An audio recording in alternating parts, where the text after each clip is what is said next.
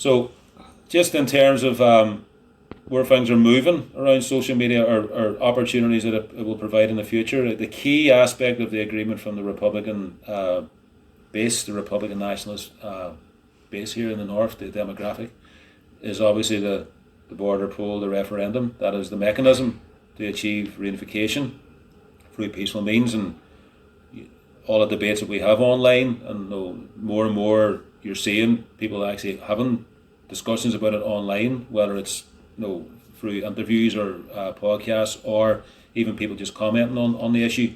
You can see there's more and more of a discussion about it. Whether everybody supports it is another thing. But from the Republican nationalist perspective, using social media to encourage people to vote will be key.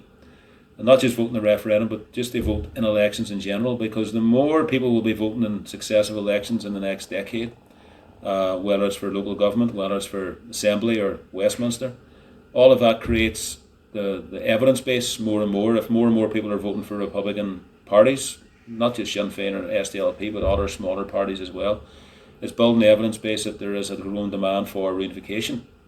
And that means it's easier to make the case to the British government that the time has arrived when legislation should be prepared for the referendum to be actually held. And all of that is the next steps, effectively, of this process when it comes to that particular issue.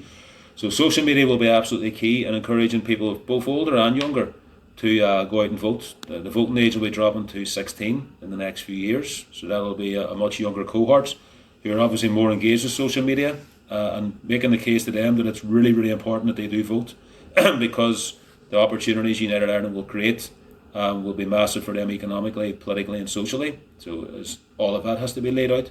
But for the older generation who already have voted for decades but now have maybe for the last 10 years sat on the sofa because their sort of argument might have been, well, we have a power sharing system, it's not going to change anytime soon, what's the point? And you do hear that narrative quite a lot.